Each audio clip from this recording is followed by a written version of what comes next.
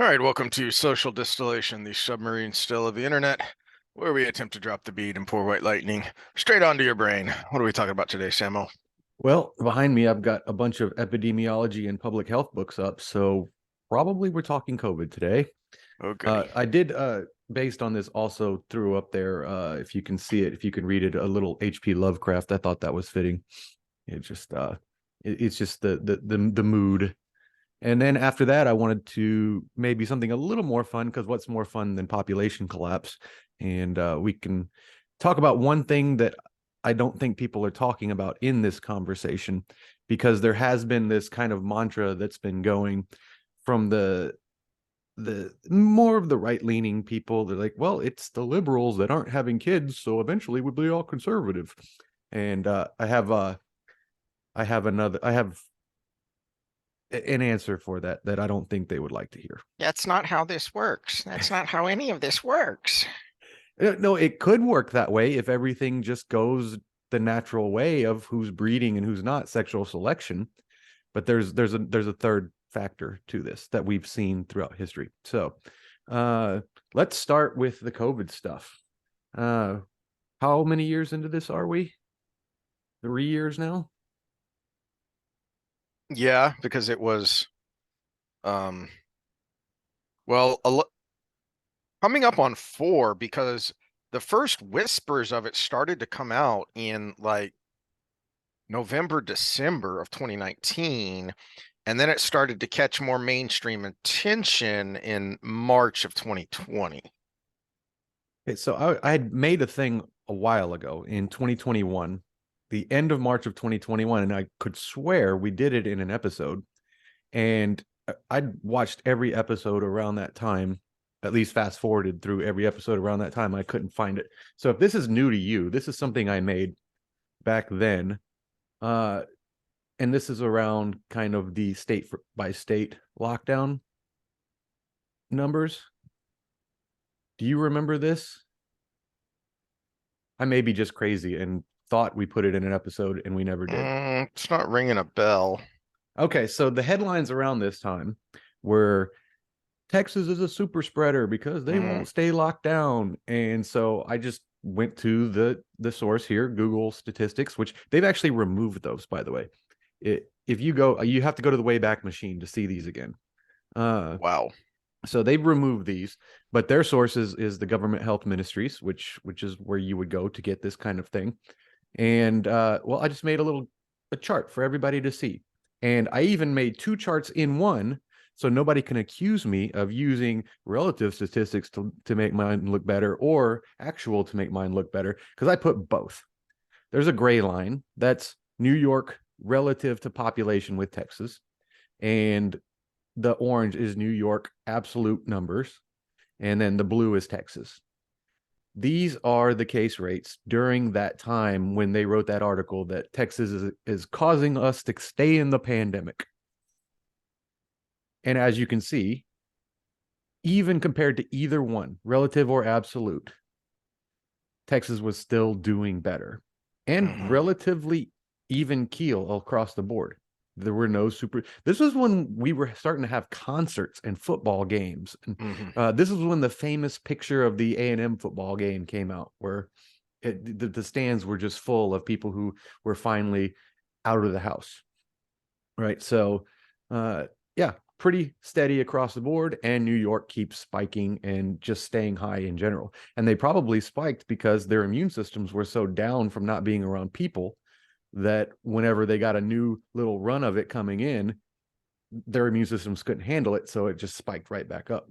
And it was shortly after this graph that New York finally partially opened restaurants. So this is how deep into their lockdown it is. We're completely open in Texas, and they're just now opening restaurants with social distancing.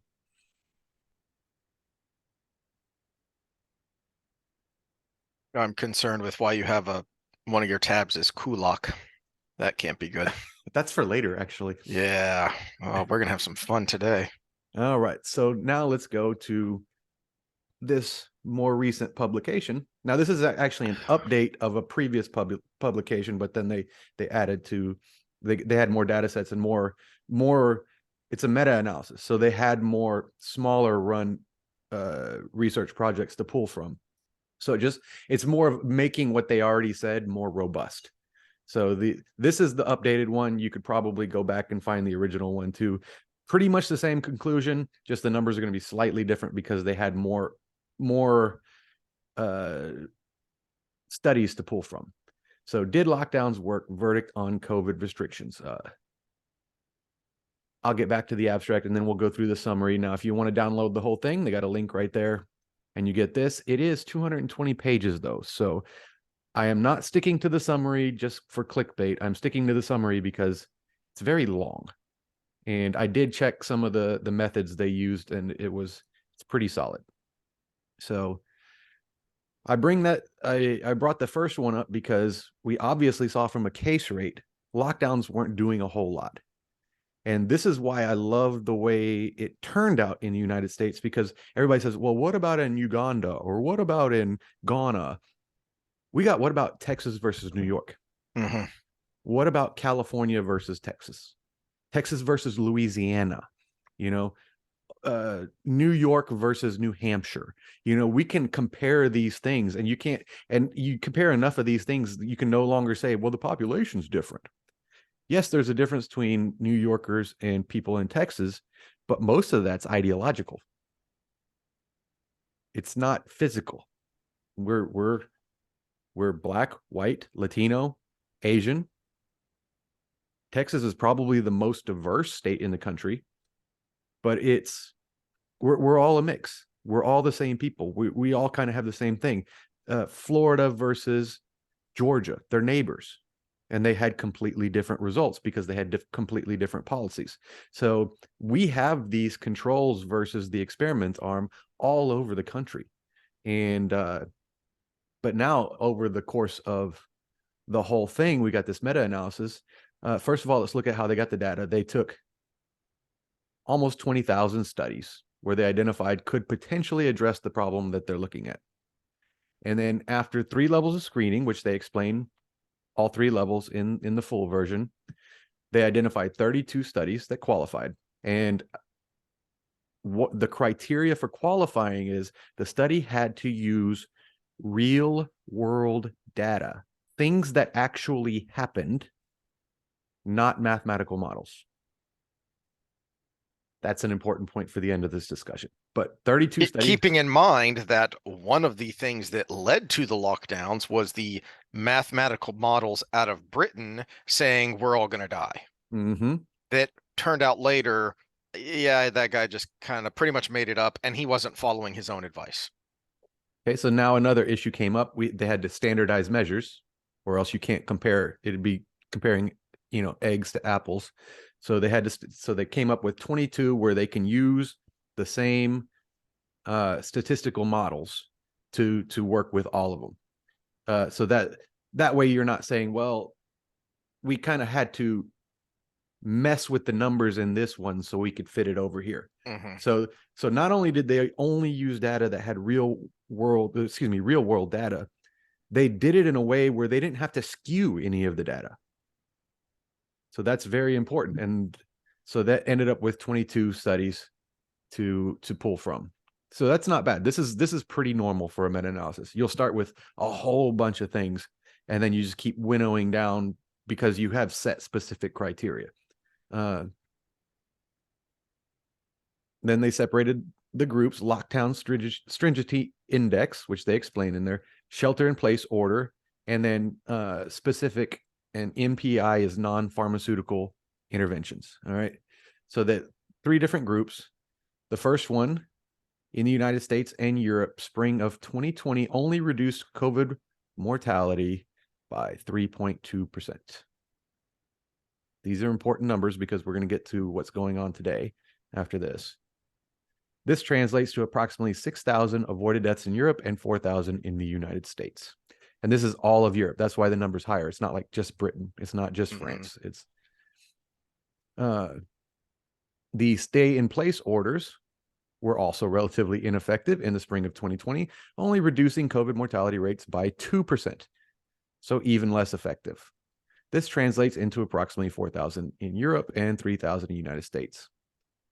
And then the specific non-pharmaceutical interventions averaged mortality benefit of 10.7%. Now we're getting a little better, but it still sucks. It's kind of worse than ivermectin. And that was in the studies that said it didn't work. And keeping in mind also, those are raw numbers. None of that has been stratified for age, Mm-hmm. comorbidity, etc. So you're talking raw numbers. And again, this is the thing I've been pounding the last couple of weeks when we've been talking about these things is, well, and you brought it up months ago. When was it that you brought up that article of mistakes were made with COVID and the COVID response? Let's move on. I don't remember who that was. Amnesty. Yes, It was in the someone, Atlantic or the the Atlantic. Guardian. There needs to be a Atlantic or COVID Guardian. amnesty. I think Yeah. it was Atlantic. And no, because it wasn't just oops, mistakes were made. This was known at the time. Scott Atlas, go watch him on with Gad Sad. Has he been on Dr. Drew? You watch that more than I do. Uh, I I don't know if haven't he's been watched on one with with Dr. Drew. him, but he might Um, have. I but he's been Bhattacharya on was some other just on there and he places. brought up Scott Atlas about something and I can't remember what it was, but it's like And a collaboration. I bring him up because he is a public health policy expert. And he was saying back then what the MDs with the Barrington Declaration were saying, which was, wait, we've never done this before. Why are we doing this? This is not how we do, this is not how we respond to a pandemic. We isolate and protect the vulnerable. Why aren't we doing that? This has been known. We have known since the Spanish flu in 1917 how to respond to these kinds of things. And yet, for some reason, we threw all of that out the window and we did this. Total, that's what we saved with our draconian measures that we don't even know where they came from. They compare it with flu. I don't see the point in this in comparing it with that because you would have to compare it with what you could save with Well, interventions. But I I would assume that the point of that is that we don't do this every flu season, so oh, why okay, are I we get what doing you're it saying. here? Yeah, okay, that makes sense. So then their conclusion, the results of our meta-analysis support the conclusion, supporting the previous conclusion from the previous paper, that lockdowns in the spring of 2020 had a negligible effect on COVID-19 mortality. So if we go through the summary, they repeat, how much, then the deaths and everything, and then what there was. They actually, okay, so in each case, the restrictions did little to reduce COVID-19 mortality. Shelter in place, which was the big one, right? Everybody stay in your home. Don't go see granny. Don't have Thanksgiving dinner. Don't do this. Don't do that. Don't go surfing out in the middle of the ocean where nobody else is, right? Or a sheriff boat will come up with its sirens blaring and someone on the bullhorn saying you're in violation. Violation of what? Business closures reduce mortality by 7.5%. So let's see, that would put it, let's see, if 10% was in the US, 16,000 deaths approximately, then we're looking at about 10,000. 10,000 deaths saved by closing businesses by their estimate. How many suicides, alcohol related deaths, and drug related deaths were business owners that couldn't do their business and had to shut everything down? Well, and that's just the deaths. How many negative health impacts, non-deaths, how many just negative psychological and physiological health impacts have there been from uh loss of income, loss of purpose in your job, loss of your life if it's a small business that you created and you grew? I heard a number recently The number Steve Deace has been throwing around is 10,000 small businesses gone that did not come back. Keeping in mind that that number seems a little low to me. keeping in mind that depending on whose numbers you use, a small business as usually 100 or less employees. So also let's add to that number another line to it. How many small businesses are basically eternally in debt to the government because of the PPO loans they had to take out? Mm-hmm. So, or PPD, what were the loans called? I don't remember. I don't remember. All I know is that in talking to, not just hearing on the news, but then also hearing from people in the banking business confirming this, that within 24 to 48 hours, all of the loans were already gone. And a lot of them were from bigger companies because they had the resources to get on it like that to apply for those loans. Yeah, makes sense. Yeah, if I had still owned a gym, I wouldn't own a gym.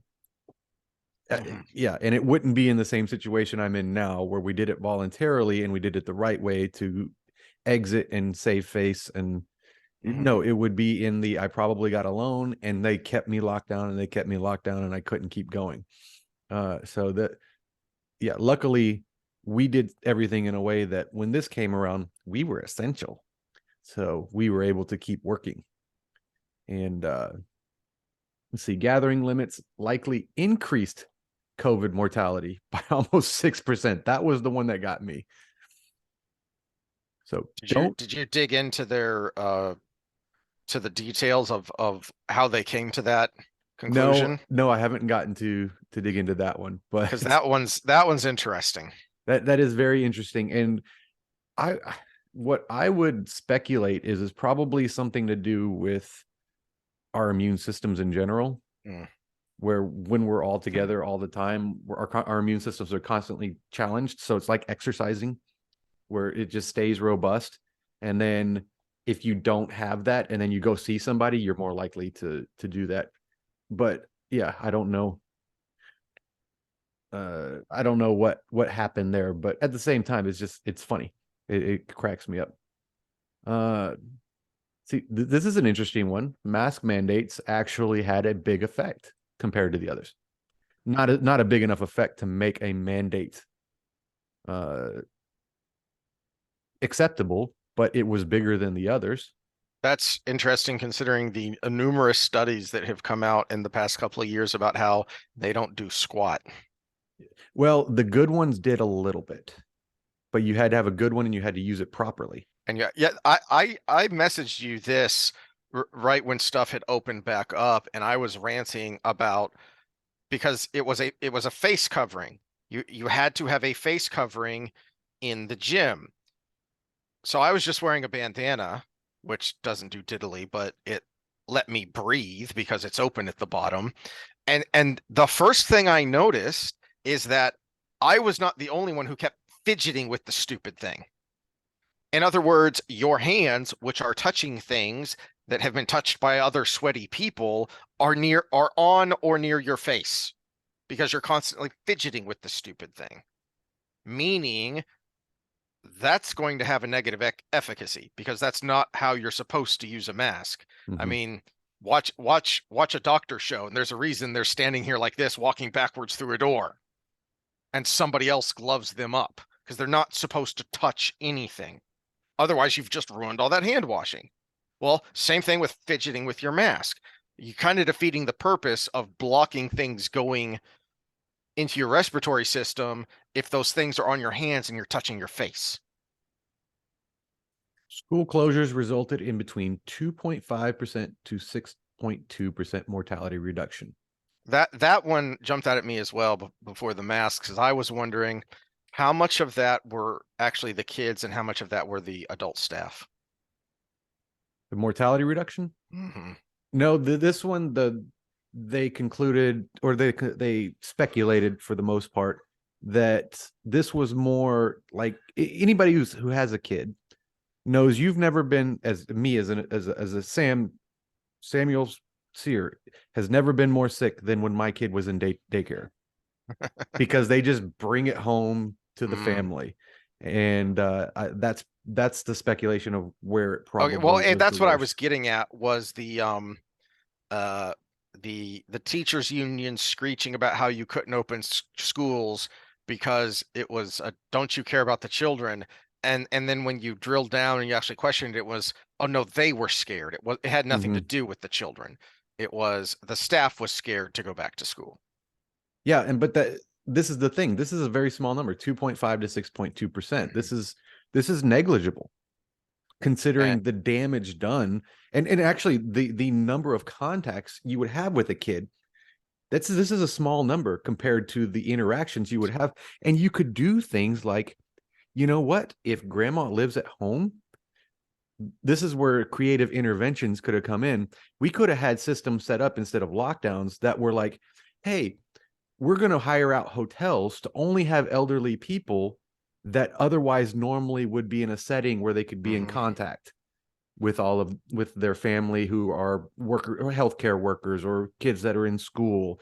Abuela can't be with their kid because their grandkid because, well, it's a different time. But we could have had systems like that, targeted protection, right?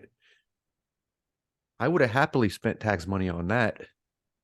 I'm trying to find, I know we brought it up and I don't remember the number off the top of my head, but there was a study done.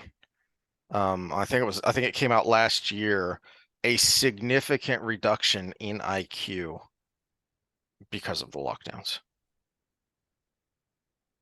And a lot of that is stuff that's hard to get back because you're you're gaining that uh that mental growth is occurring when you are most primed for it. Mm-hmm. Yeah, you can set reading back quite a bit by just missing 6 months of school at pivotal times. Mm. Uh, let's see. Whoops. Okay. So, yeah, there it is. Those are the numbers they came up with. Again, the full version is 220 pages. Now, a lot of that is graphs and charts. So, that does take up a big portion of it. But you can have it for yourself by just going to the links we will put in the show notes. So, lockdown effects were negligible. Now, what are we seeing currently? Not so negligible excess deaths that could very well be associated with the lockdowns. Uh, Cancer deaths are way up, probably no screening, probably not seeking treatment. Uh, Deaths from other influenzas are up, probably because our immune systems are shot from not being around people. Uh, Heart issues cardiac related deaths are way up. Everybody wants to blame one thing, and I personally think it has something to do with it just because of the way it works. Uh, but I think there's another variable people aren't talking about. What were alcohol sales during the lockdown? It skyrocketed. By how much? I don't remember the number. I just remember it was a lot. 300%. That's a lot.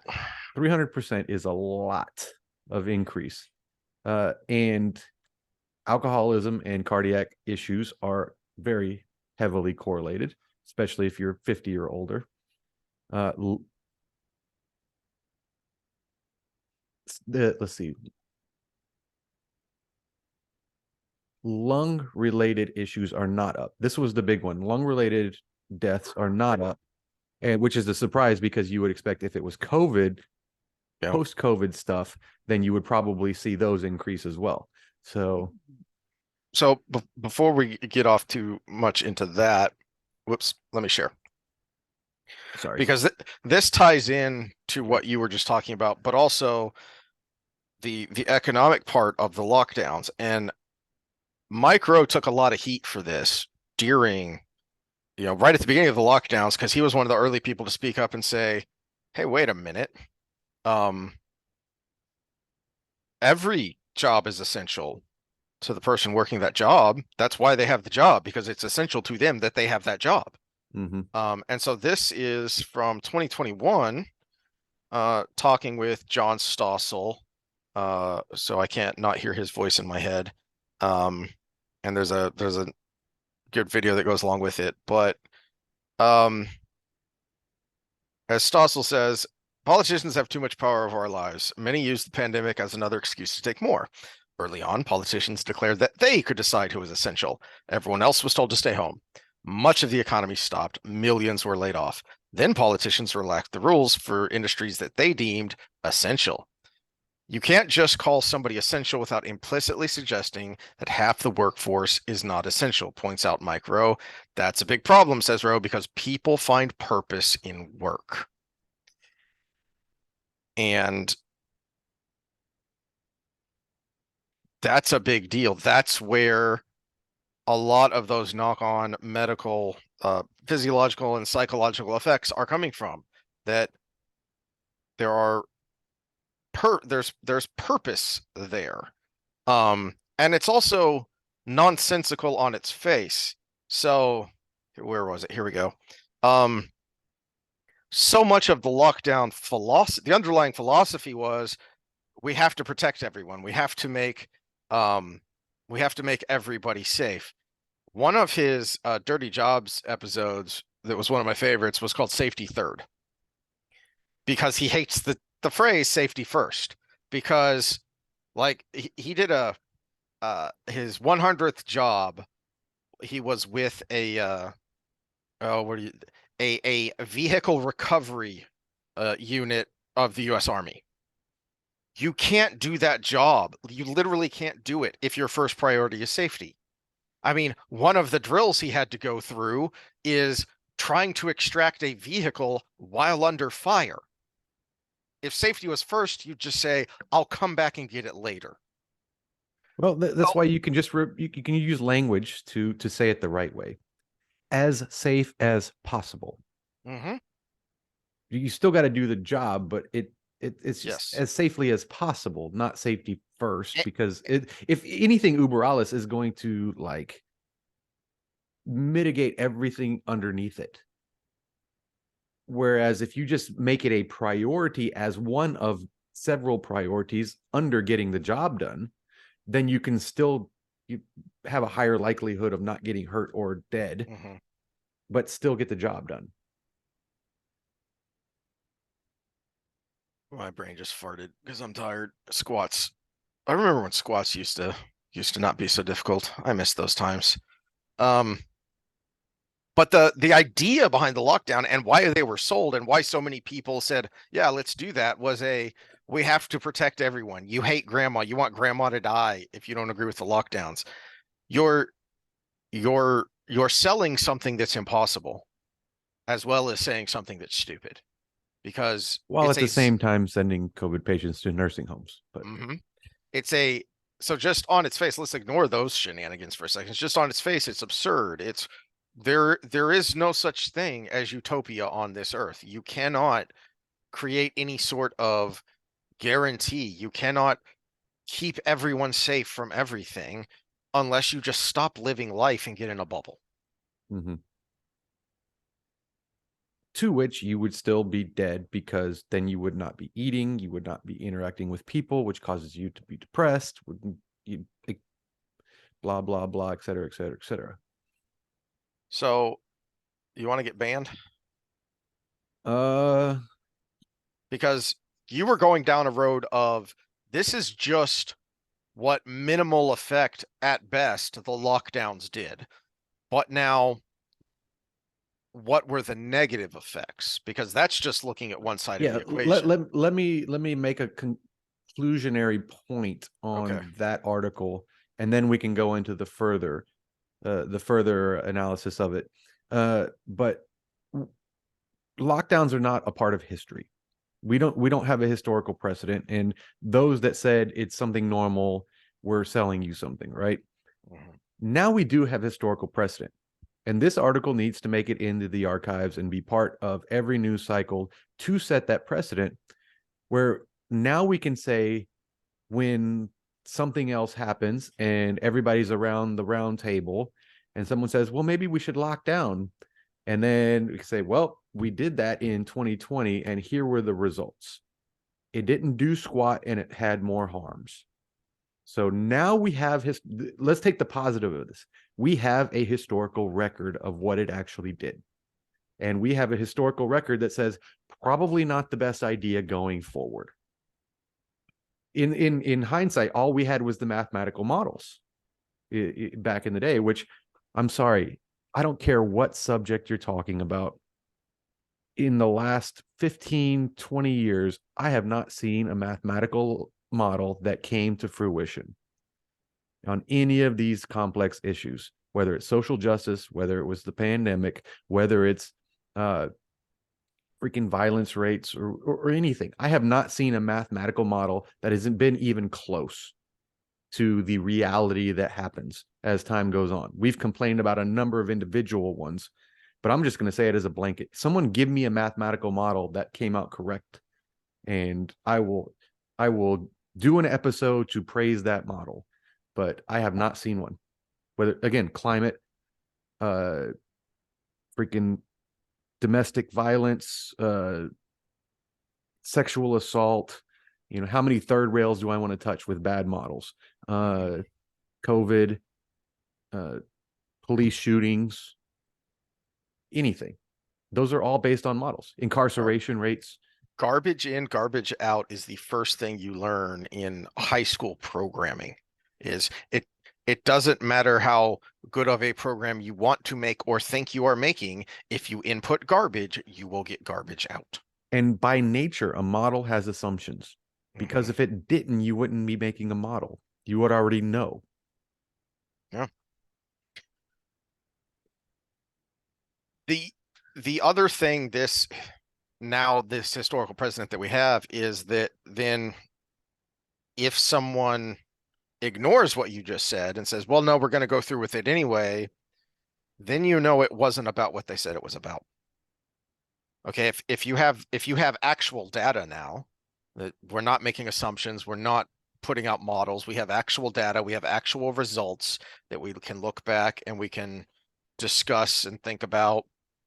Well, there still is an assumption with going forward. The assumption is we'll get the same result, or the assumption is it'll be different this time. And it'll be different this time. Yeah. Famous last words of idiot Marxists everywhere. But speaking of Marxists, because the people who were early on labeled the tinfoil hat crazy people are more and more being proven right that this was never about public health. It was always about control. And the more data comes out, the more reality stares the narrative pushers in the face, the more that's proven true. Because I guess some of it could just be ego and hubris and not wanting to admit that you were wrong, but more and more it just is being proven true that, oh, all of you people pushing this narrative, the media, the corporatists, the politicians, the bureaucrats, you just wanted control. You just wanted people to do what you said they needed to do. You were on a power trip. And look where it got us. So, speaking of the negative sides, okay. I haven't had time to dig into this because I just heard about this today. I heard Daniel Horowitz talking about this on a podcast today, and I said, wait, what?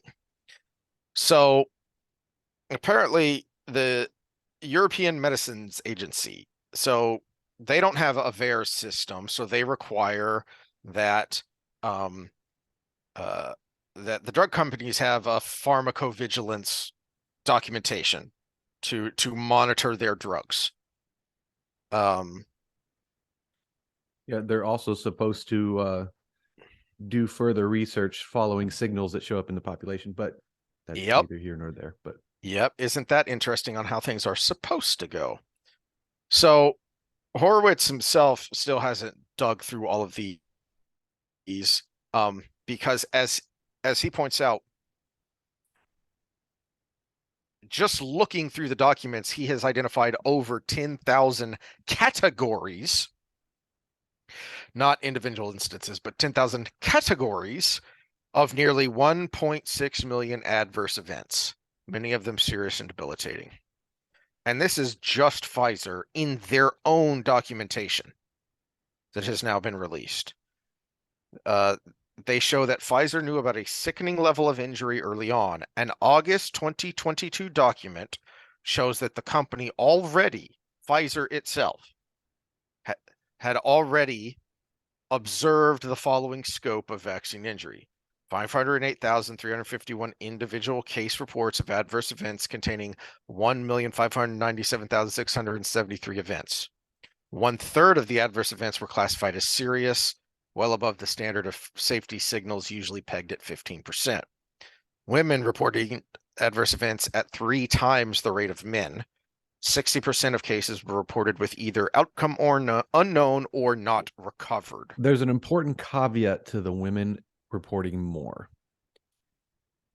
The adverse events, what we've seen from VAERS, shows that women in their 30s, 40s, and 50s are having the highest rates of adverse events in autoimmune response, whereas boys and young men between the ages of 12 and just under 40, but mostly through 25, 26 years old, are showing the highest rates of adverse events among that age group. And that age group got approval way later. So if you're totaling adverse events, the women are going to be ahead still because we've had less time. But when you're actually doing it relative to dose, the adverse events are probably highest in the boys between 16 and 24. So just a couple of things on this. This is interesting to me because the highest number of cases occurred in the 31 to 50 year age group. Is that a high risk group for COVID, Sam? Just age wise? No. And 92% did not have any comorbidities, which makes it very likely it was the vaccine causing such widespread sudden injury. It also makes it unlikely they needed the stupid thing in the first place. Because again, if you're in that age group, if you're not overweight or well, the major ones were obesity, I think pre-existing lung issues like asthma, and I want to say was diabetes one. Those are the big ones. For COVID, Yeah, those are the big age comorbidities. age was number one, Age was the biggie, then and then obesity, I think obesity was number two. and some pre-existing lung condition. Yeah, and then again, this is a 393-page document dated August 19th, 2022. It is now June 14th, 2023. We're still giving out these jabs. I assume some places are still mandating them. And so far as I know, the ones they're giving out in the US are still the original ones. No, they've discontinued those. Oh, they finally discontinued those? Yeah, because I had those documents up previously, and we went so long before we talked COVID, I threw them down again. But they discontinued those because they're all the bivalent boosters now. So now your original shot can be the bivalent, but it's still not the one that's approved. It's still not Comirnaty. It's still the emergency use authorization. They dropped the emergency use on the non-Comirnaty.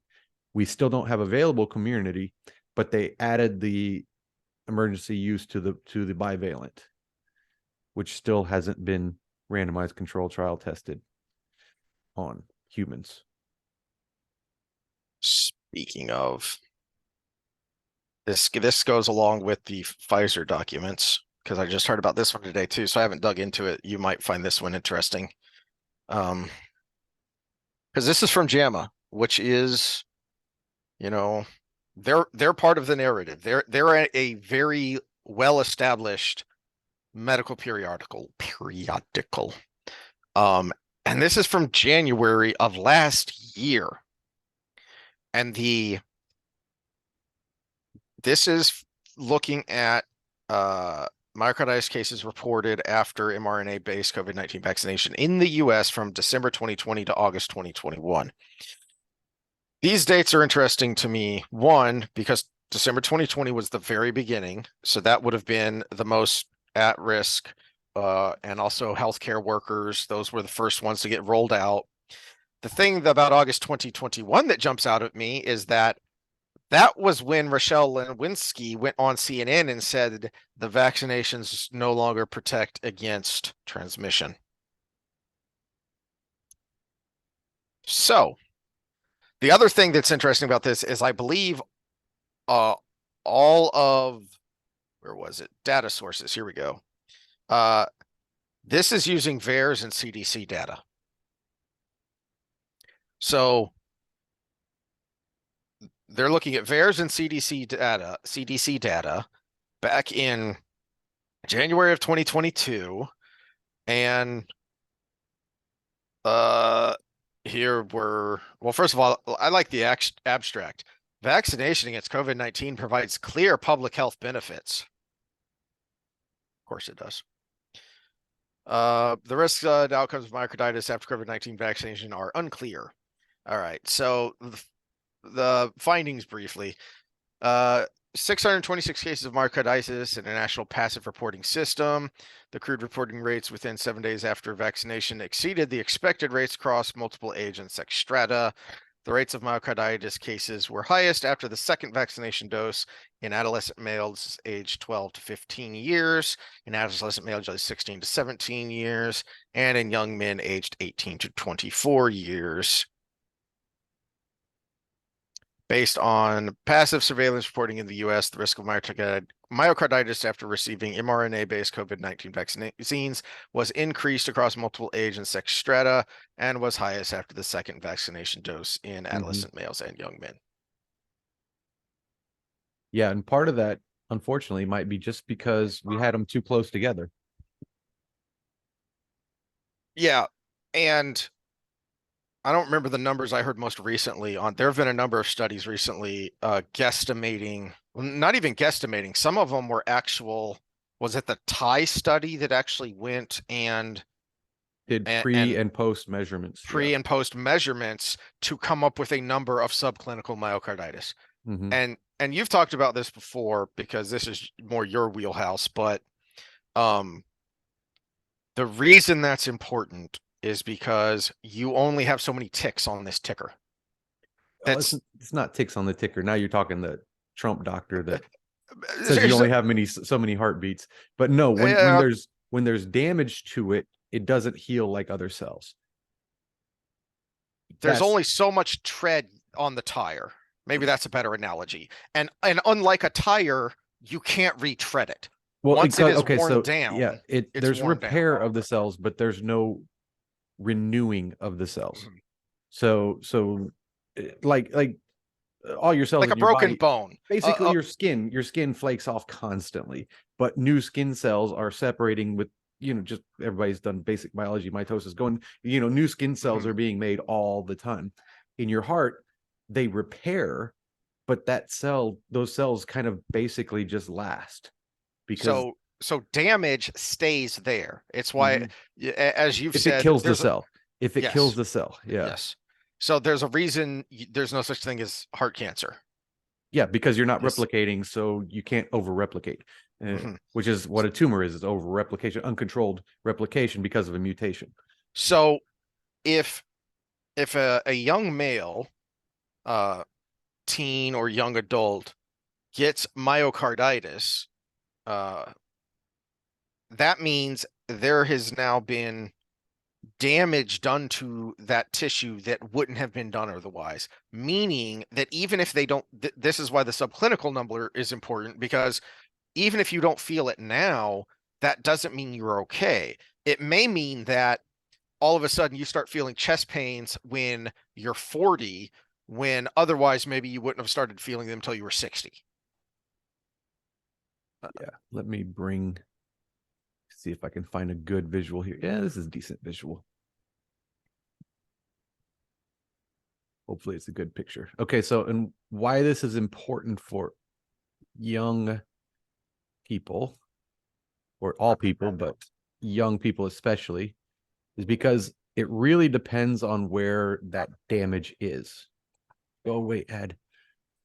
We have these nodes all over our heart, and these are just the main ones. They're all over our the whole heart. Every fiber of that heart muscle has to be able to contract, right? So it has to have some sort of nerve ending touching it that's going to give it a signal. So if that scar tissue that forms when those cells die blocks that signal, well, all a heart attack is a dead part of a part of the heart that's not getting blood flow, right? Well, you get a similar thing happen with your rhythm if you have something blocking the signal that goes to it. So the rest of the heart pumps one way, and then the other part of the heart does not pump at all. You're going to end up out of rhythm, and if you end up out of rhythm with a ventricular arrhythmia, you're dead quick because you're not getting oxygenated blood to your brain. And once you pass out, you better hope someone's around with a defibrillator because you're helpless. There's a chance it gets back in rhythm, but when the brain shuts down, there's nothing to give a signal to make that happen again other than pure luck. And I'm going to keep harping on this because it matters. The young men who are being diagnosed with this or who are walking around with subclinical, not knowing they have it, were in almost all cases people who did not need to get this jab in the first place because they were Especially young, our athletes. they were young, It they wasn't were commotio healthy. cordis. Who was I think I heard, was it McCullough? Yeah, I heard McCullough. Who was he talking to that I heard him talk about that recently, saying, well, apparently that's what it is now, even though that's never been how it's presented before. But I guess now it Yeah, is. the person involved has come out and said, that's what my doctor told me. So, Well, yeah. Meanwhile, that guy is still practicing, but people like, McCullough and well, Malone's not a practicing doctor. They've gone after McCullough's license. Um, has Kelly has Dr. Drew, Victory, Kelly Victory, did they go after Dr. Drew? no. No? Okay. He's played the politics game well. Yeah, he may also be a little too prominent because he crosses over into pop culture. Mm-hmm. Yeah, unless you're a giant dork, you've never heard of Dr. Peter McCullough before this, or Kelly Victory even. I'd never heard of her until I heard her on Dr. Drew. So yeah. Anyway, um, Yeah, so the main point is there's no such thing as mild myocarditis. And any damage done when you're young is there the rest of your life. And these things are more likely to occur as you age. So if you've already increased your chance at a young age, mhm, then when you're 40, 45, 50, that there's it's compounding interest going forward because everything that happens to you when you're young, we always say, oh, this hurts on me today because of age. Well, go back to your childhood and what happened to you.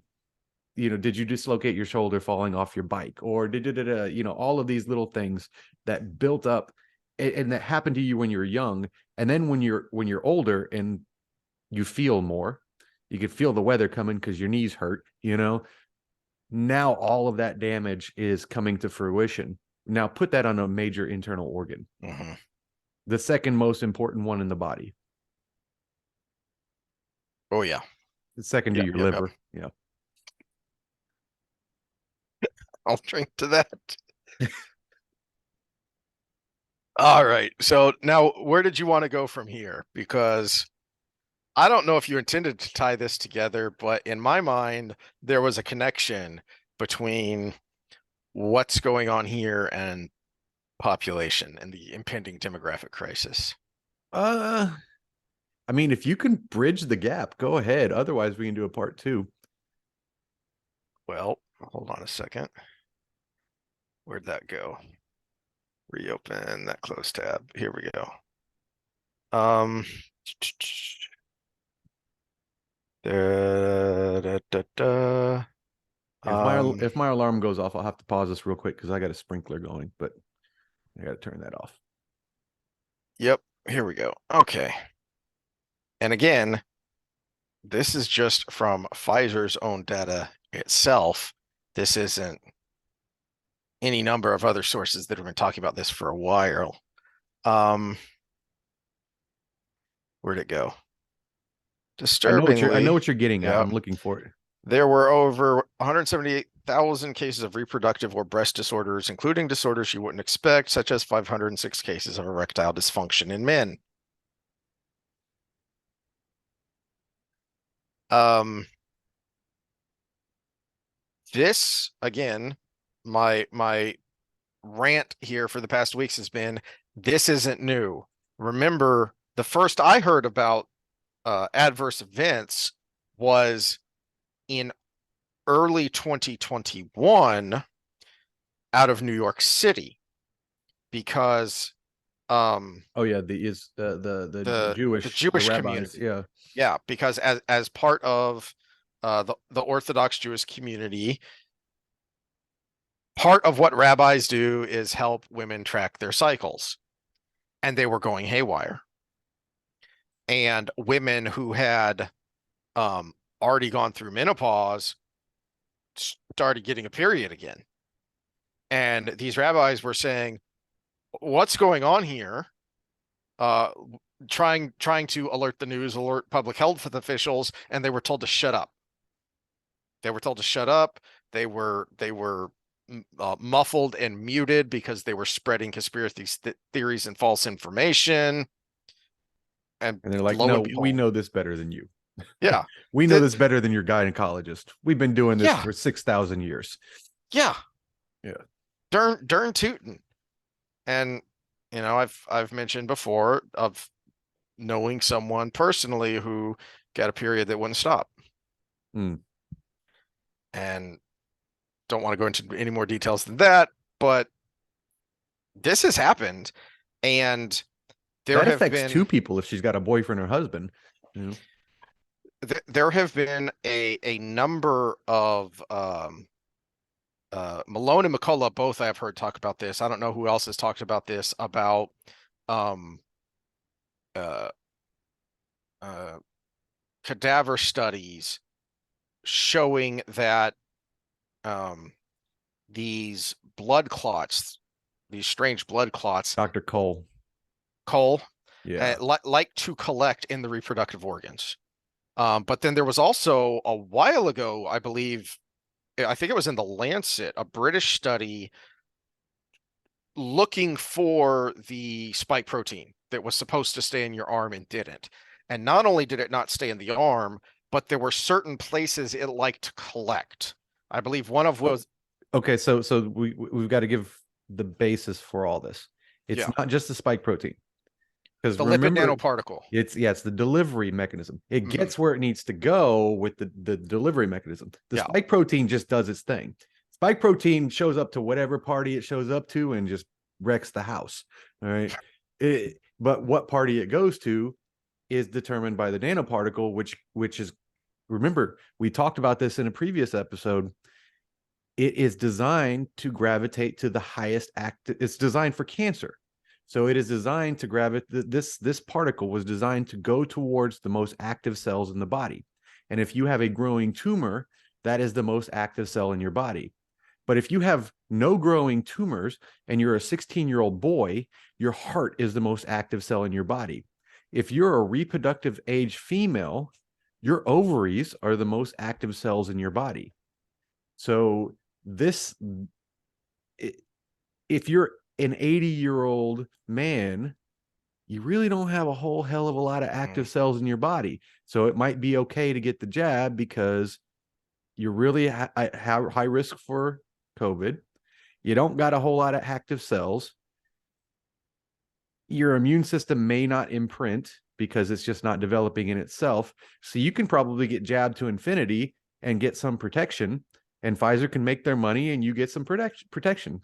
But if you're a 23-year-old female, you could probably end up with an issue later where you cannot have children or will have Uh, difficulty having children. just real quick, just to show if anyone wants to go listen to this, I've referenced this before. Well, now you got us banned. You put two Now I got us faces you banned. can't show on YouTube on your phone. And because, as the title says, the doctor who nearly got Joe Rogan canceled, because this was shortly after his Rogan episode. The The doctor reason who got 1 million YouTubers canceled. the reason I bring him up is because The the doctor, beginning if of you that have him on, you interview. say you have a 10-minute intro, and then you say, now we're going to go to Oh yeah, Rumble. that yes, because I believe the whole interview was like an hour and a half. On Glenn Beck's YouTube channel, it's like 45 minutes long. But in the beginning, Dr. Malone, for anyone wondering where the heck this came from, he talks about the origin of this technology. And a a big reason for it was to create, if you've heard of the term of like retroviruses, and gene therapy, you may have heard these terms thrown around. The idea was to create something that would target cancer cells and go destroy them. Mm-hmm. So Yeah, because you can go imprint a protein within that cell that mhm. makes it show to your immune system as if it's defective, just like that's exactly what they're doing is spike protein, right? They're imprinting the spike protein in there so your immune system comes and attacks it. Well, that's great if it's in a tumor, but that's not good if it's in a cell of your heart muscle Mhm. or Or in your an ovary gonads or cell. your Yeah. ovaries or yilt. Yeah.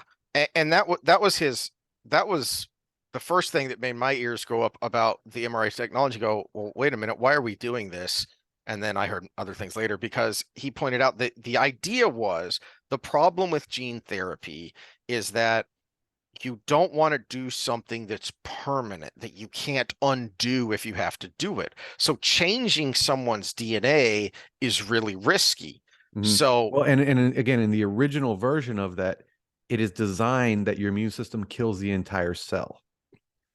Whereas this one was to create antibodies, so it destroys the spike protein in your bloodstream before it can infect the cell. The problem is it's still infecting cells because we have this nice nanoparticle that basically it's like if you rub lotion on your skin, it soaks in because it's fat soluble, right?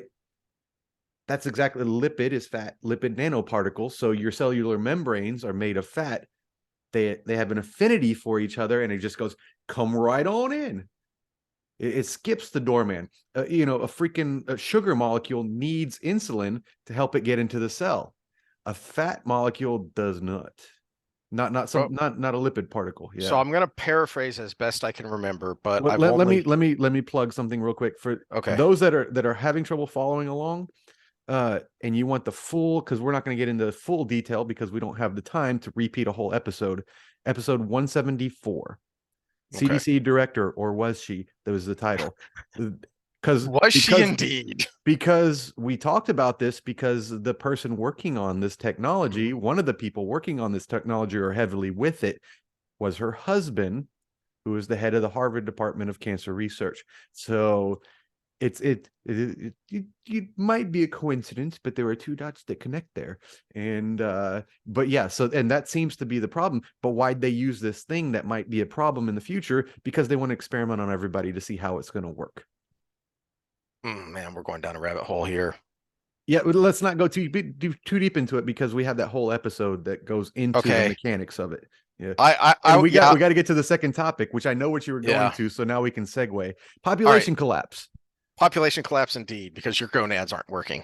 Yeah, well, lots of reasons because we've got all kinds of viruses, not just COVID. And I should have put up Gadsad's parasitic mind, but mainly people aren't having enough kids. We're below replacement rate Mhm. when it comes to kids versus people that are aging and growing older and eventually dying. And that's important because if you're productive, your working members of society end up being lower than the people who are no longer productive, well, you're going to have a big problem, right? You Mhm. either got to squeeze a little bit more juice out of those younger people, or you're going to have people starving and dying, and eventually the population is just going to collapse. The estimate is that China, because they're really high on the low reproductive rate, one child policy, anybody? But yeah, one child for two people is an exponential return on reducing your population, by the way. Uh, Funny Especially how if you math throw out works. all the girls, because sorry, what is a woman? Only women can have babies. Only women that were born women can have babies. Uh, and so the the replacement rate, we're below replacement right now, and we have been for some time. There's a lot of factors to that, but mainly things that are inherently good can end up having negative results. Women taking part in the workforce, putting off, reproduction until later in their lives, and then finding out, oops, I can't do it anymore. All of these factors playing in, or just people saying, we're going to have one kid and then be done with it. We're a family. We did, Yeah. we're a family unit. We did it. I'm guilty. Me and my wife have one kid and I can no longer have kids. So either I've got to convince some other guy to get her pregnant and convince her to go along with it, or we can't do our job. So, Good luck with that. so we have only done half our job, but there are people out there doing more than their fair share of the job as well. So that's the topic I wanted to go into, because then there's another trope coming out of it. And I need to pause this to go turn off my sprinkler, and I'll be right back. All fun stuff. So there are certain people that are having more kids, but for the most part, with the way the dating game is working and the lack of marriage game and if you do get married, we're all professionals and maybe we'll have a kid, but we're going to plan around it. And sometimes it doesn't happen. And sometimes it's just one or two kids, which two is like right on the edge of break even, for two people. Then add in all the other stuff where we have chemicals in the environment that are making it harder to have children, including chemicals we're injecting into ourselves. Turning the frickin' frogs gay. Yeah, turning the frogs gay. Which actually RFK brought that up in one of his interviews too. So, but it was an experimental study that was done. It wasn't just a environmental observation thing where they put a chemical that has been showing up more in the environment into, and of course they probably did it like they did the sugar studies and the aspartame studies where they put way more than you would come up with. But at the same time, the point being, there is hard data that shows you even can kill a sex drive. You can chemically kill a sex drive. Yeah, but you add all of those things together in the chemical department. You got whatever it started with an A, whatever that chemical was, plus BPAs, plus poor nutrition, plus obesity, low obesity, low testosterone. testosterone.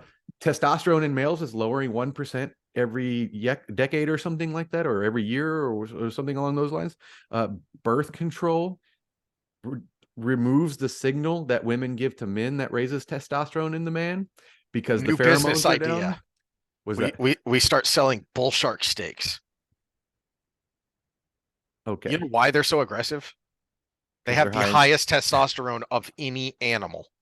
Yeah, but would shark testosterone translate to human testosterone? Who cares? It's all about the marketing. I mean, I think it's actually worth studying because people still study plant sterols. Why don't we study bull shark sterols? Right? I was just trying to see if we could, sell steaks for $50 a piece. It would sell probably if you advertise it that way. You get all the 23-year-old SARM goblins in the gym with their Patrick Mahomes fro going and too many pimples, but it's not a sign of anything. Not a sign of anything, except that the big ass hawk just flew in my tree. He's hanging out looking for some food. So I'll update if he goes and catches anything. But hopefully not someone's cat. Yeah, every time my cat is missing shows up on the moms and dads, I'm like, yeah, I've seen that hawk. It's dead. He's not just eating lizards. This guy's massive. But no, okay, so we've got all of these things reducing birth rate. Part of it is the biggest part of it is cultural. It is the boss bitch persona. that we're celebrating as a society, Yeah. and actually saying you're not even a real woman unless you're this anymore. You're actually a lesser person if you want to have children and raise a family. And Mhm. uh, the solution that I heard recently on this is actually really cool, because it's, if we had had more kids, it's kind of like what we did, where basically it's the nobody sacrifices anything. You co-parent Yeah. to such a degree that everybody gets ahead. And I'm like, well, that's pretty cool. But I'm not here for solutions. I'm here for dark days right Oh now. yeah. So this is going on, and we're there. Now, a lot of people on the right who are privy to this, and even some of the libertarian left, the Tim Pools of the world, that kind of area, they're throwing out the let it happen, because eventually the conservatives will win, because the Mhm. conservatives are the ones having children. And if the liberals and the progressives are not having children, then eventually that genetic makeup will die out. And that's not true. Because yes, if you left everything to just the natural cycle of reproduction, that would be true. But there's another factor. And that's where, whoops, let me get the right screen up. That's where, gosh darn it, this comes in. The authoritarians that want the left authoritarians, they have a solution for this. Mhm. Were the kulak farmers the progressives of Leninish and then Stalinish Russia? No. They were the conservative. They were the ones out there breeding and making more people. The kulaks, kind of the best way I can describe it is they were basically what passed for a middle class in uh Well, Tsarist and then Soviet I mean, Russia. peasant. I wouldn't I know. call middle Well, class, but but the reason they no, are what they were passed for, portrayed as that way, so there was less compassion towards them. because they were successful landowning farmers. And so they were portrayed as exploitive. Because they were successful. They therefore must have succeeded on the backs of someone else. Yeah, it wasn't just Stalin. Stalin did it. Mao did it. Mhm. Pol Pot did it. All of these left communist, socialist uprisings took care of the conservatives are going to outnumber us one day problem by just finding a way to kill all the conservatives.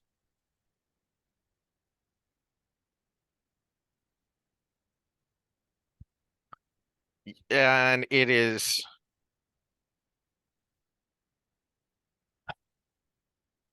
we just got done talking about tinfoil hat craziness that just happened to turn out to be true again and again and again. And I think the most glaring is what just happened this week. And this is something I've been ranting about for a year now, at least, whenever I talk about Donald Trump, is I don't like the guy, but here's how he's instructive is that, look, you give me one of those people that hates him and would never ever vote for him, but you'd better pay attention to what's happening to him, because if they can take this really rich guy who was the president of the United States and do this to him with the legal system, what can they do to you? And that's not a rhetorical question, because we've talked about the Jan Sixers, and it's finally starting to get some broad national appeal because of Tucker Carlson releasing some of the footage that just destroys the narrative around it. And it doesn't matter. Those people have still been in prison in uh do you know what habeas corpus is? It's Vaguely, but it's you a can Latin explain it. legal term, and it is enshrined in the Constitution that you cannot violate habeas corpus. Um, I think in that text it may say except in time of war. Uh, but so what that means is you can't just arrest somebody. You have to have a cause. You have to charge them. Habeas corpus, the Latin legal term, is part of the idea of the right to a speedy trial. You can't just arrest somebody and have them sitting in jail forever. That's something tyrants do. That is something that was being done to the colonists by King George. It is one of the things that they list. Everybody knows kind of the preamble to the Declaration of Independence, the kind of the poetry that Jefferson has there. You need to read the whole thing because they go through a list of specific grievances, and the way that their rights as Englishmen under English common law were being violated, which included you can't just arrest someone. You have to have a specific warrant, not a general warrant. You have to have probable cause. You have to bring a specific charge.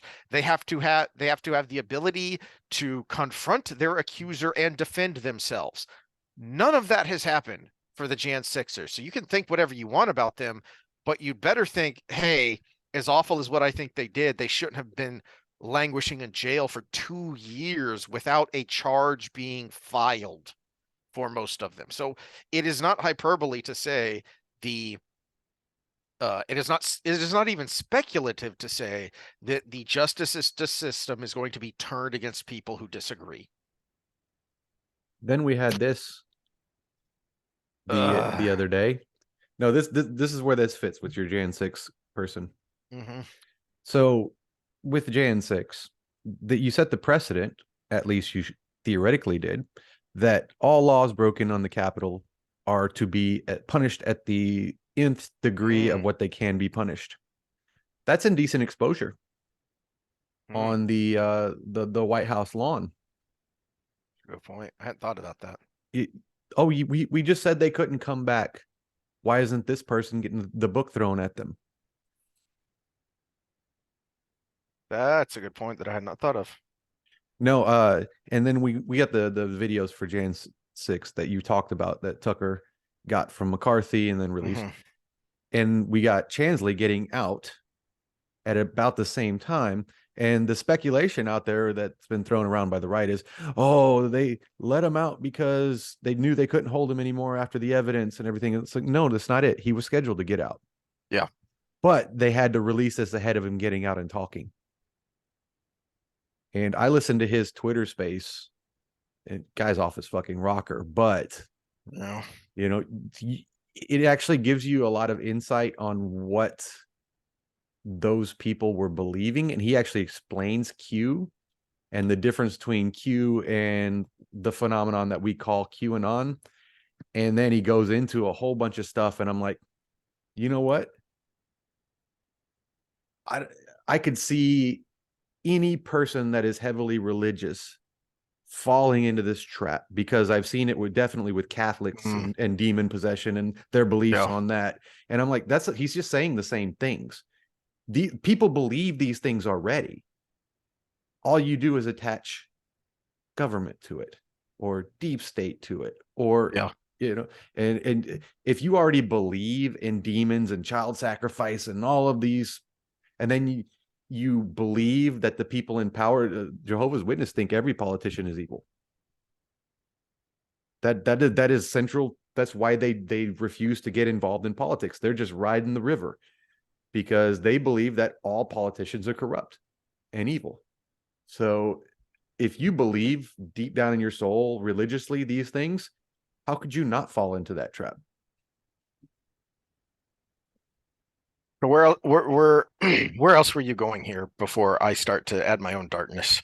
Oh, mine was just countering my point was just countering the, oh, well, conservatives will ultimately be the norm because basically selective breeding will have years of the current people being there, but then they have no progeny and they have no their tendencies, which we all political leaning is very heavily heritable, so that has been shown, and so eventually it's just going to go all in one direction because those are the kids.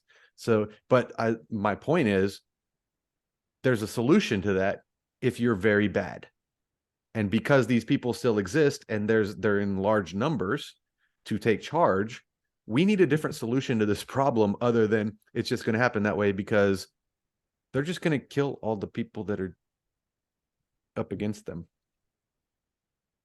especially since they're all Malthusians anyways. Ah, you're stealing my thunder. I was Oh, just did about I to go just there. steal your thunder? Okay. All right. Pull up that link that I just sent you. All Do you right. know who George Bernard Shaw is? You may know the name. Yes.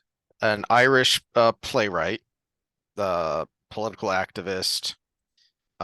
He's lauded as one of the greats, especially of the early 20th century. He was also a massive Soviet apologist. All right. The clip I sent you is from a 2008 documentary called The Soviet Story. Okay. So I Uh, can share this one with sound probably, right? yeah, yep.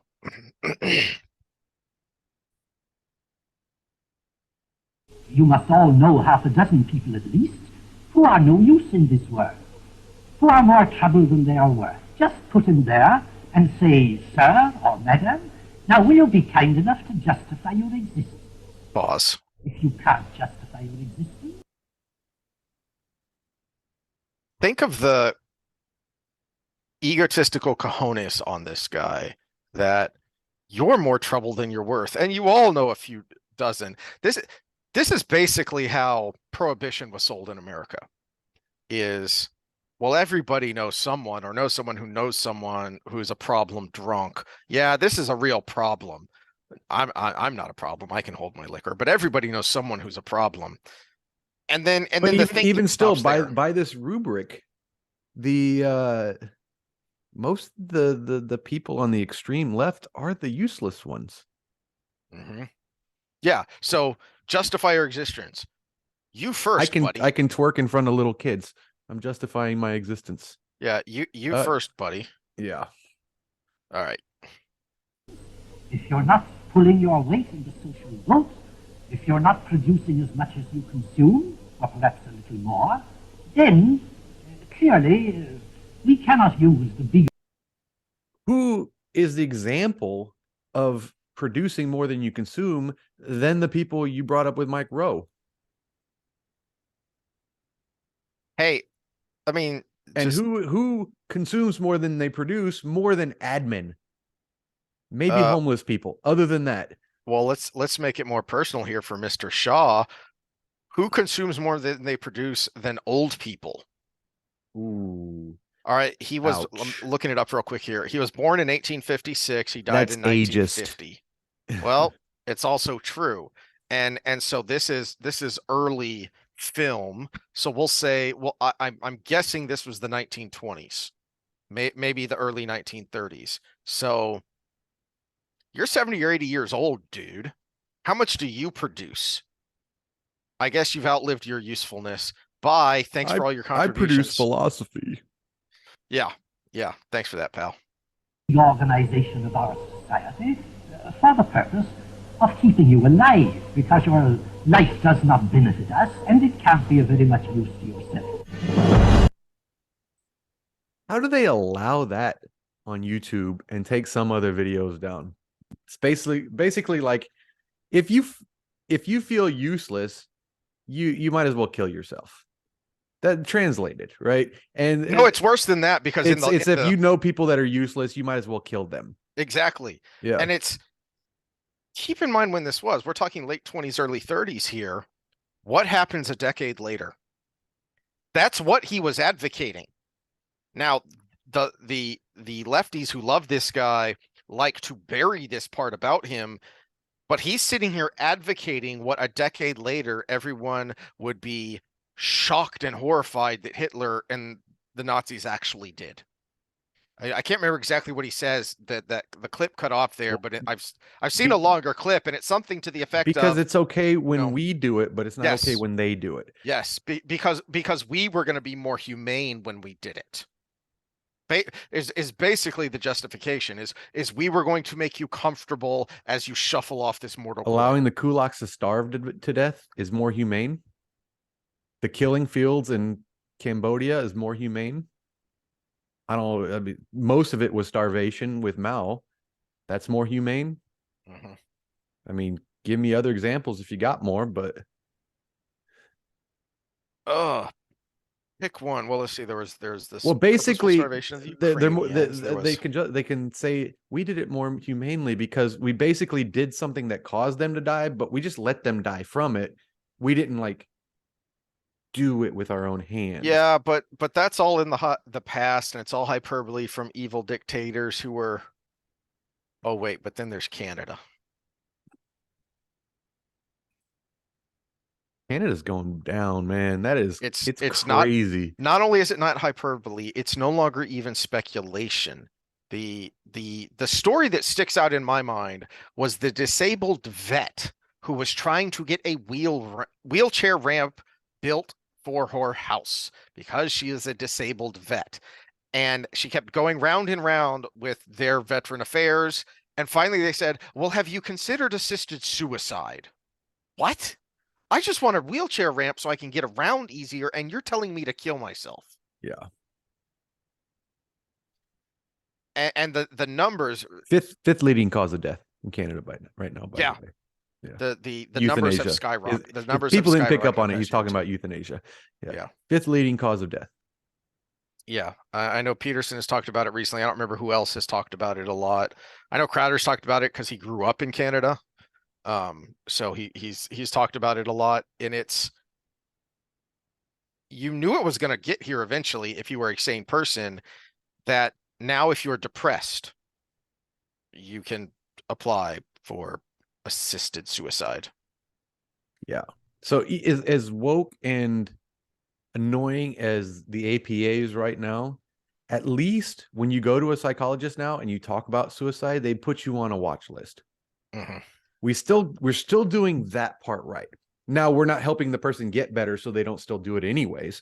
But we at least discourage the action to some degree. We don't just say, "Oh, well, you're considering suicide.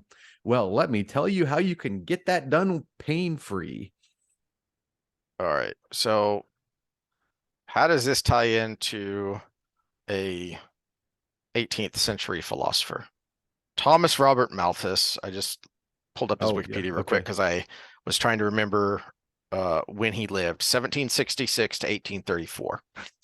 And he was, like all philosophers of old, he was a wealthy aristocrat because you can't just sit around philosophizing if you have to worry about eating. So isn't that handy for you, Mr. Malthus? Now, also, as I've said before, because it's so old, it's in the public domain. So you can go find his an essay on the principle of population. I've got it on my phone here, which is what I was yelling at you about a while back while I was sitting waiting on my tires to get changed. And I started reading this, and it made me hate myself and everything else. Because again, not only is this not new, I mean, we've been ranting for an hour here about how this isn't new because this is stuff we knew 2 years ago. This isn't new. This is something people were talking about 300 years ago. So this is the preface for his essay, which is like a novella. It's really long. It is an obvious truth. Remember, obvious truth. This is not arguable. This is his statement of fact to begin his essay. It's like when the modern social justice advocates say, "We all know." Mm-hmm. Which has been taken notice of by many writers, that population must always be kept down to the level of the means of subsistence. But no writer that the author recollects has inquired particularly into the means by which this level is affected, and it is a view of these means which forms, to his mind, the strongest obstacle in the way to any very great future improvement of society. So I've talked before about where when I was younger, I was persuaded by environmentalist arguments because I am at heart a conservationist. I love nature and the outdoors. One of the things that finally made me realize, oh, that's not what you people are talking about, is more and more I started to realize that the modern environmental movement is anti-human. And then later on, I realized, oh, that's not modern. This goes all the way back to Malthus.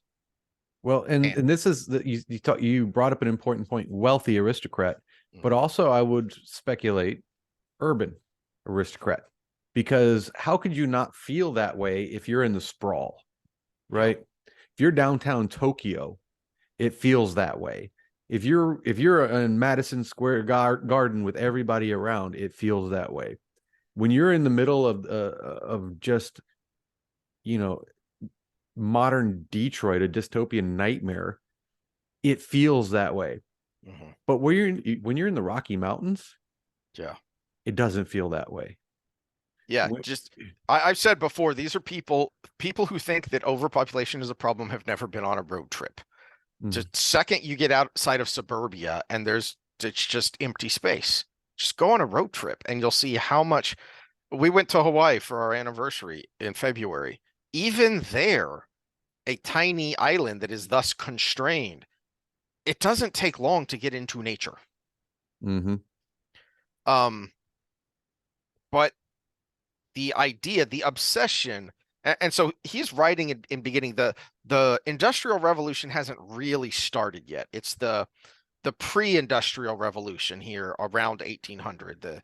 The real, what people think of as the Industrial Revolution is like 1840, 1850, where you start to get coal-fired plants, and then you get the images of smog-covered London and real steam power basically is what really creates the Industrial Revolution. But in the later stages of the Renaissance, some of the methods of the Industrial Revolution were already coming into being. They just didn't have the technology yet, which would come with steam power. So you are seeing a population and technological boom beginning through the 1700s, and this has started this train of thought that will continue to this day, which is, oh my gosh, how do we continue to help society grow and be good when when we keep growing population wise? How are we even going to feed anybody? As he points out, and this is, he's not inherently wrong in his premise, because this is basically what Constantine was talking about in that great clip with the debating society, where he, basically tells them they're all dummies because most of the world is poor and all they care about is making the life of their child better. Oh, So you're getting me back to another point. Hold on. I was thinking of this point. You're putting me okay. right there. Okay, keep Okay. going. All right. So back to Malthus here. I only have a couple of excerpts from this essay, but again, go read it yourself. It's in the public domain. All right. So this is getting to why is he talking about this? I have read some of the speculations on the perfectibility of man and of society with great pleasure. I have been warmed and delighted with the enchanting picture which they hold forth. I ardently wish for such happy improvements, but I see great and to my understanding unconquerable difficulties in the way to them. These difficulties it is my present purpose to state, declaring at the same time that so far from exulting in them as a cause of triumph over the friends of innovation, nothing would give me greater pleasure than to see them completely removed.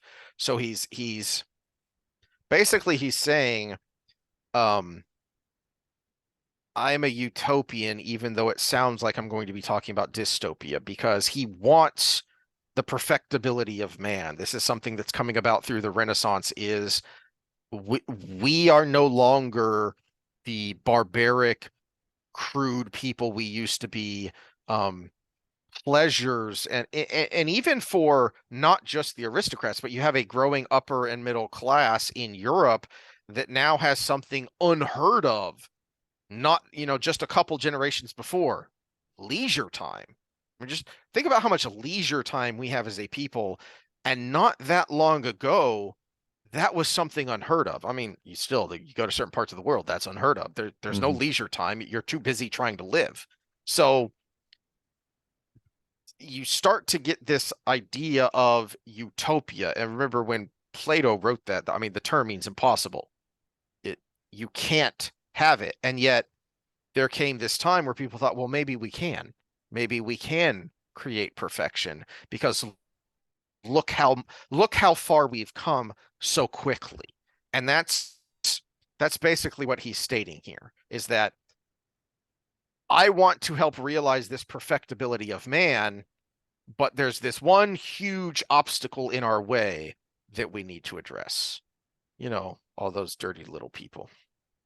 Yeah. So back to where we started here. The kulaks were killed by starvation, basically. But in so doing, what we did is we had a transfer of basically life, because the reason they starved was because they were forced to give all their food to the government to feed the people in the cities. The communist supporters, the left-leaning people, the people he wanted to keep alive. Again, they created a solution to this problem that everybody is at this day saying, oh, we're going to come out of it fine because of this. Who's breeding at higher than population level in the world right now?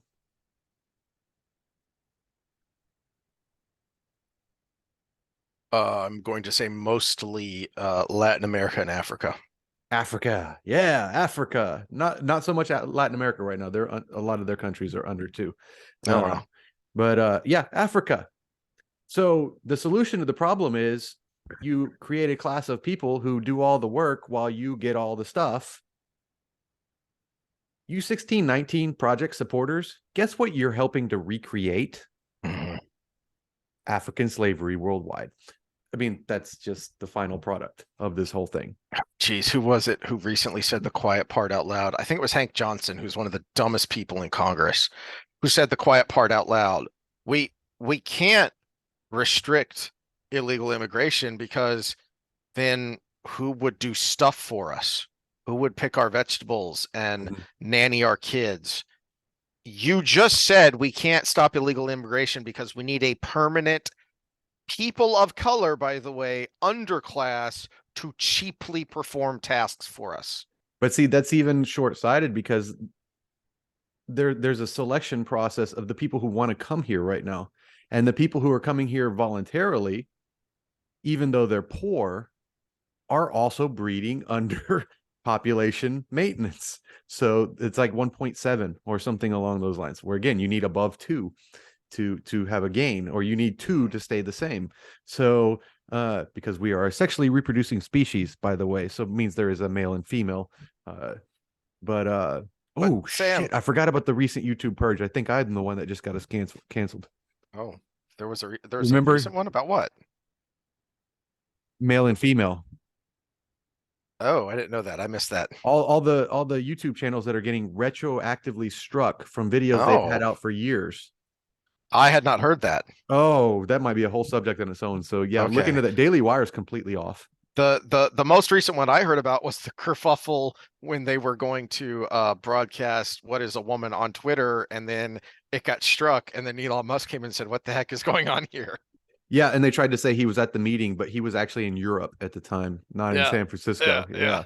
So, but yeah, so even the immigrants that are coming in now, yeah, they help in the moment, but they're breeding it under replacement rate. Well, which is why you have to keep bringing them in. It's a Ponzi scheme of evil. Well, but the way it's set up, just opening the border, it still is voluntary. The people we're talking about can't even make that trip, pretty much. Mm-hmm. All right, so here is Malthus setting up the crux of his argument, where he's going here. I think I may fairly make 2 postulata. First, that food is necessary to the existence of man. and you see what he's doing here. If you have half a brain, it's what you mentioned earlier is of course you'll agree. He's establishing something that cannot be argued against. It's, well, duh, yes, food is necessary to the existence of man. Then he's going to go somewhere else and saying, so of course you would agree. No. Just because you set things up with something that is inarguable doesn't mean everything that spawned after that. Mm-hmm. Secondly, that the passion between the sexes is necessary and will remain nearly in its present state. In other words, people are going to want to keep breeding. No, they're going to want to keep having sex. We solved that problem with birth control. Yes. He didn't have that option back then. He's a long way away from that, but yeah. He does go off into that tangent a little bit. Okay, so Let me get back to my notes here. Okay. Uh, where is it? Yeah, okay, so this chunk here. Assuming then my postulate as granted, I say that the power of population is indefinitely greater than the power of the earth to produce subsistence for man. Population, when unchecked, increases in a geometrical ratio. Subsistence increases only in an arithmetical ratio. A slight acquaintance with numbers will shew the immensity of the first power in comparison of the second. By that law of our nature, which makes food necessary to the life of man, the effects of these two unequal powers must be kept equal. This implies a strong and constantly operating check on population from the difficulty of subsistence. This difficulty must fall somewhere and must necessarily be severely felt by a large portion of mankind. What do you see as the problems with what he's just postulated there, Sam? You either, well, the main problem is it takes an authoritarian state to even make his solutions possible. But the only solutions there are to basically have a child policy. It looks like from reading his, I would guess he would say a 2-child policy because it would remain equal instead of a 1-child policy. But yeah, you would have a child policy, which even a 2-child policy would be short-sighted because, as we saw in China, the parents would differentially choose the children they thought would be the preferred ones, which would be in most societies the males. And I don't know about you, but last I saw, I can, if I wasn't snipped, I could make a baby every day if I wanted to, if I had a different female to go with. But a female can only make one baby every probably about 1.5 years. Yeah.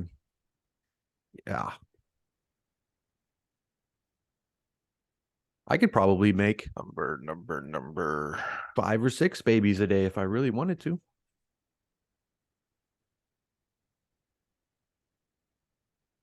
All right. Here's the biggest problem, though. The biggest fallacy in all of the population scaremongers, and I've mentioned this before, the population Brahma, I just drew a blank on his name. He's an idiot, and yet he's still around, and people still talk to him, even though he was embarrassed by an economist who said, pick any 10 commodities you want, and in 10 years, there will be, and I don't remember what the bet was, but the economist said there will be more than there are now. And the economist was right. Why? Because Malthus and all after him are assuming a static system. So here is the population ratio. Here is the agricultural production ratio.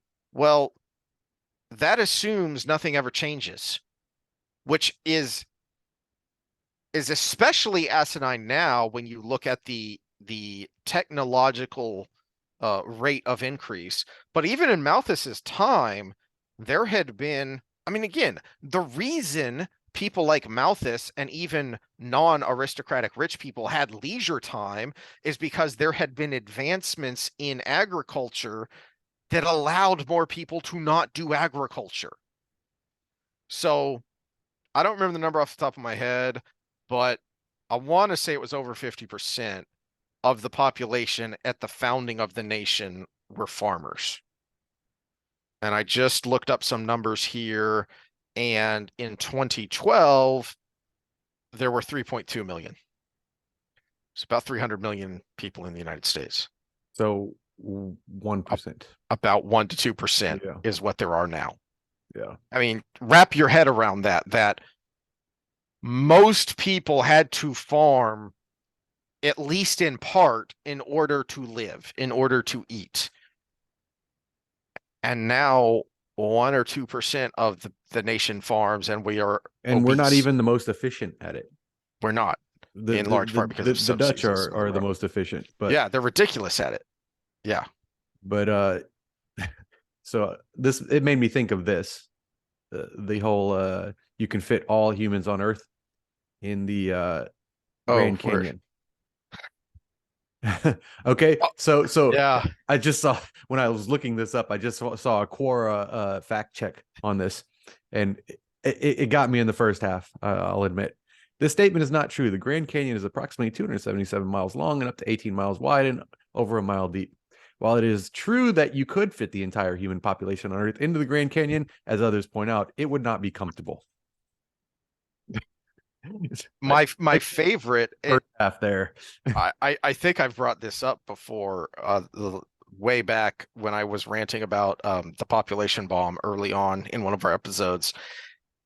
And I had to go back and look at it, and it's even more astounding than I thought, because it was a population projection, because this stat was put out in like 2015 or something like that, projecting the world population in like 2030 or 2040 of 8 or 9 billion.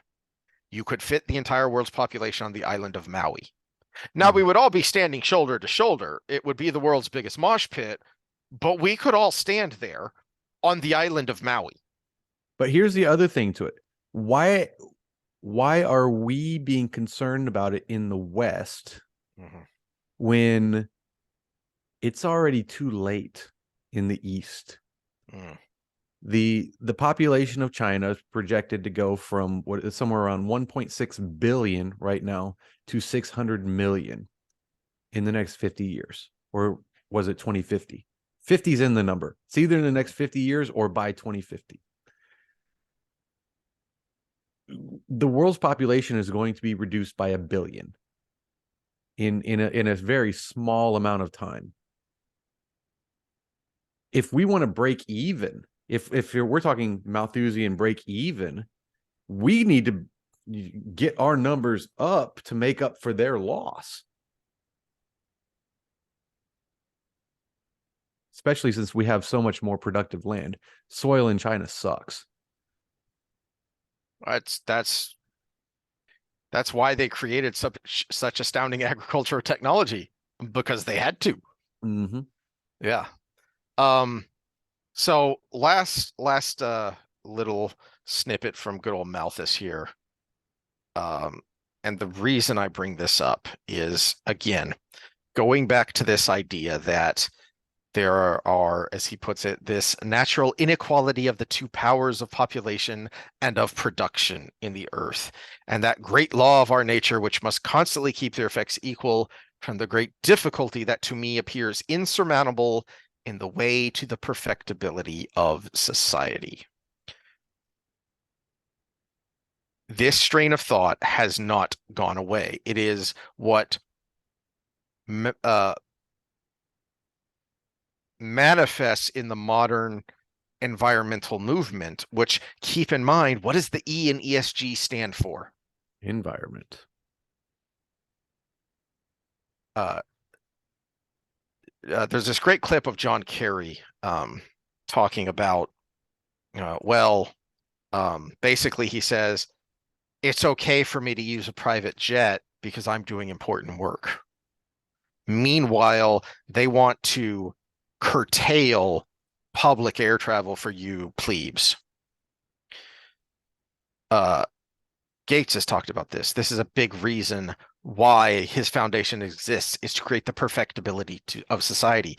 But he is also a Malthusian. He is also a believer that that population is a danger, that is a major reason the environment is under strain, is because there are too many of us. What did we just get done ranting about for an hour? Let me put my tinfoil hat on here and ask you, if, hypothetically speaking, you wanted to purposefully create a depopulation scheme because you were a true believer in Malthus and Malthusian ethics, how would you do it any different than what has happened the past 3 years? How would I do it? I mean, if I was Gates, oh, I don't know. The only thing I would add to it is things that have been tried in some small areas, but probably on a larger scale, some sort of sterilization program. So, something that would drastically reduce the fertility of people? No, like more. I would like out in the open, like, hey, we're offering this.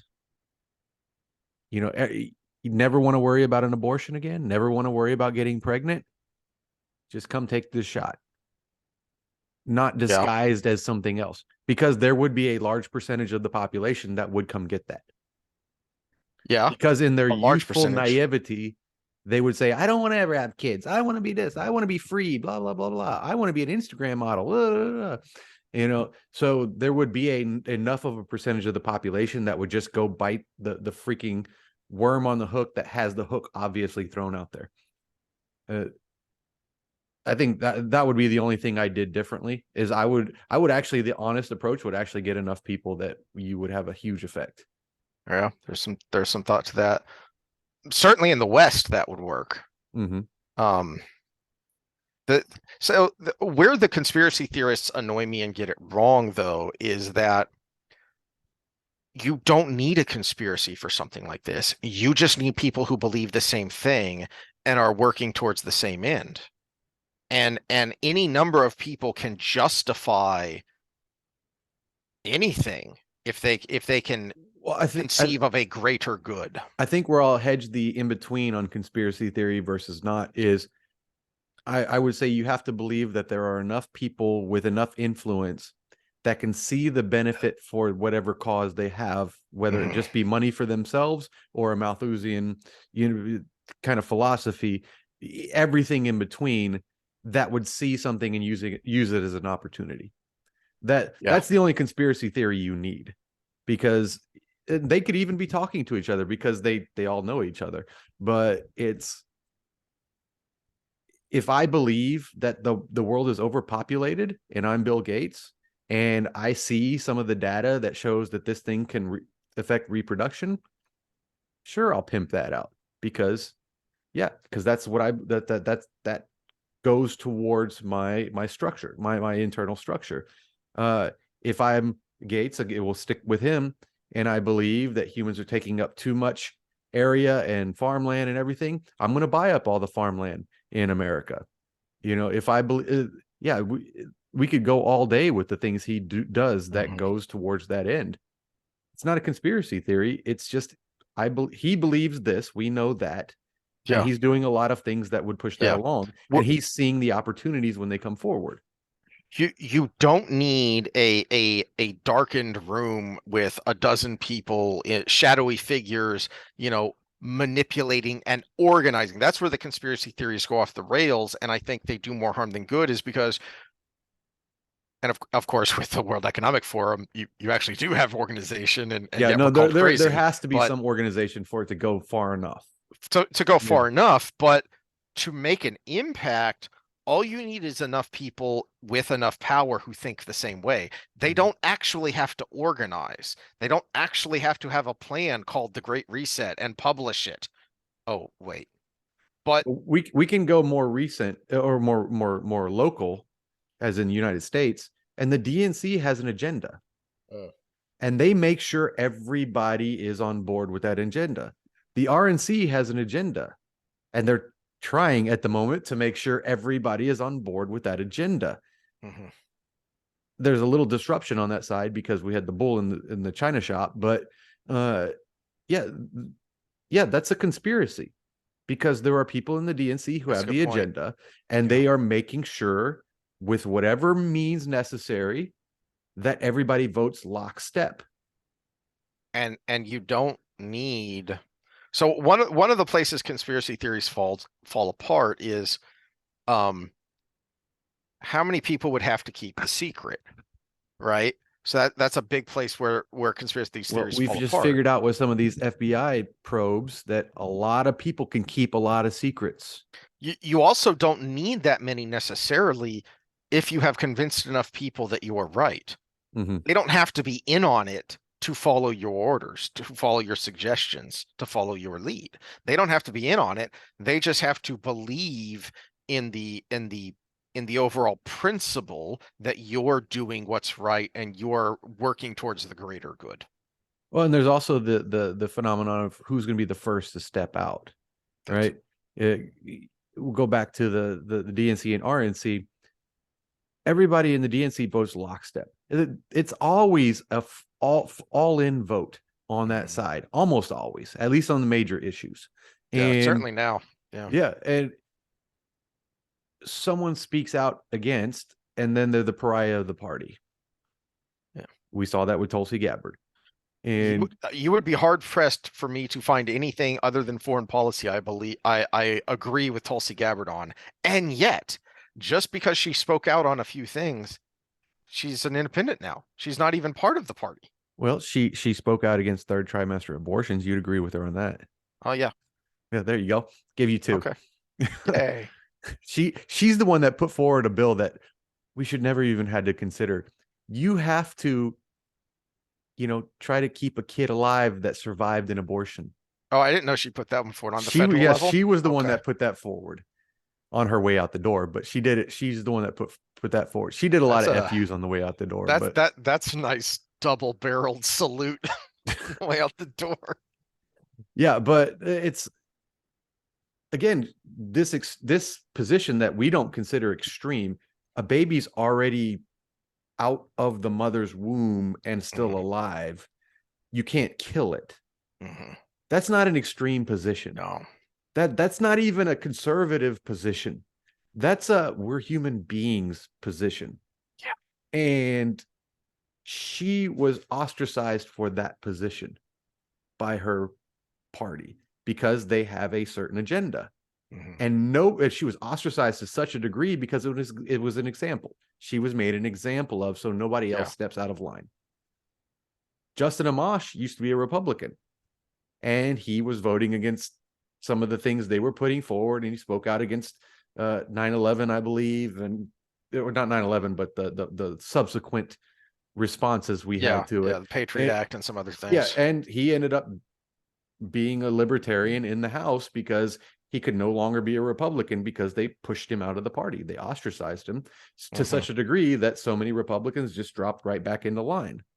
There were people that were going along with him, and then they dropped right back into line as soon as he was made an example of.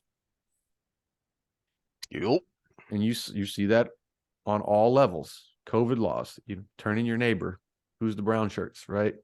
If you see something, say something. If you see something, say something. Yeah.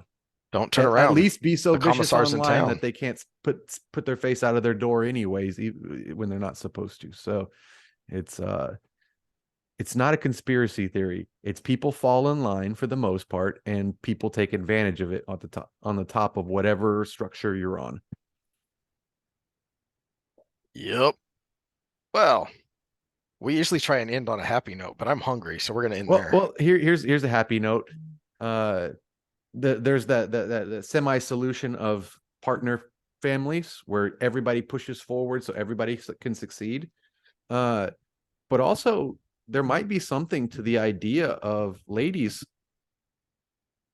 the strategy that you've been proposed is put everything off till you're successful. And then once you're successful, you can do all that. Well, just from our personal experience, yes, it was rough. It was tough. But actually, in school might be the best time to have children, especially in this remote age where you can do stuff on your laptop. It might be the best time to be pregnant and have a child is in school, especially since a semester off doesn't kill you. But trying to take 6 weeks off of a high-paying job is very difficult. Good point. That's a very good point. Front load, then be high power and be a great example to your kids. That's a really good point. And depending on the course load, you might not have to take a semester off because depending on your options, you might be able to do, evening, summer, whatever. Um, the the the other point there is, and I don't know how much you'll agree with this, but one of the fallacies of that idea is that don't have kids until you're ready. You're never ready. It is no, I don't care. I don't care what advice you get. I don't care what No, books you read. You're never ready. career wise and schedule wise, the best time for us probably would be now, because she works mostly from home. She could do her Zoom job while pregnant and even after having a child, especially since I work from home too, so I could help when she's on her calls. I can Mhm. help, and when I'm on with my clients, she can do her thing. And we would be able to work that out. But we're also 43 and 44 years old, and the outcomes of Yeah, childbearing, yeah, not the rearing, childbearing, are much lower, even with modern medicine. And yeah. then we would be just getting adult children when we were in our 60s. You know, that Yep. the best time financially and schedule wise and everything was then. Second year of med school was not a good time to have a kid if you're planning it. That was rough. That was almost throw up your hands and give up on life rough. It was. But well, you said you were like sleeping 4 hours a day for a good chunk there, Yeah, but because I you were would at get an home at age, 11 and we got up at 3:30. Yeah. but you were at an age where you could sustain that a lot easier than you can now. Yeah, probably some of my well, what I talked about, things that happen to you when you're young manifest later. If I don't get at least 8 hours of good sleep a day, my body is trashed. I don't. It's. I could even not work out. I could do whatever, and I still am like just walking around like an old man if I don't get my full night's sleep. And I'm wondering how many years of lack of sleep have put me in that position where I Yeah, just need it now. And yeah. All right. Well, that's a hopefully semi uplifting and amusing note. Have you got a dog under your chair? I do have Why a is the dog under my chair. Yes. camera's doing this? Yeah. So, uh, on a more uplifting note, Friday is not politics ish, so we will be getting into Path of Daggers and continuing on with our Wheel of Time reread. So hopefully we'll have some fun there. Yep. And hopefully we didn't upset the YouTube gods too much today. Yeah, we'll see. Consult your doctor involving any medical interventions. Lockdown sucked.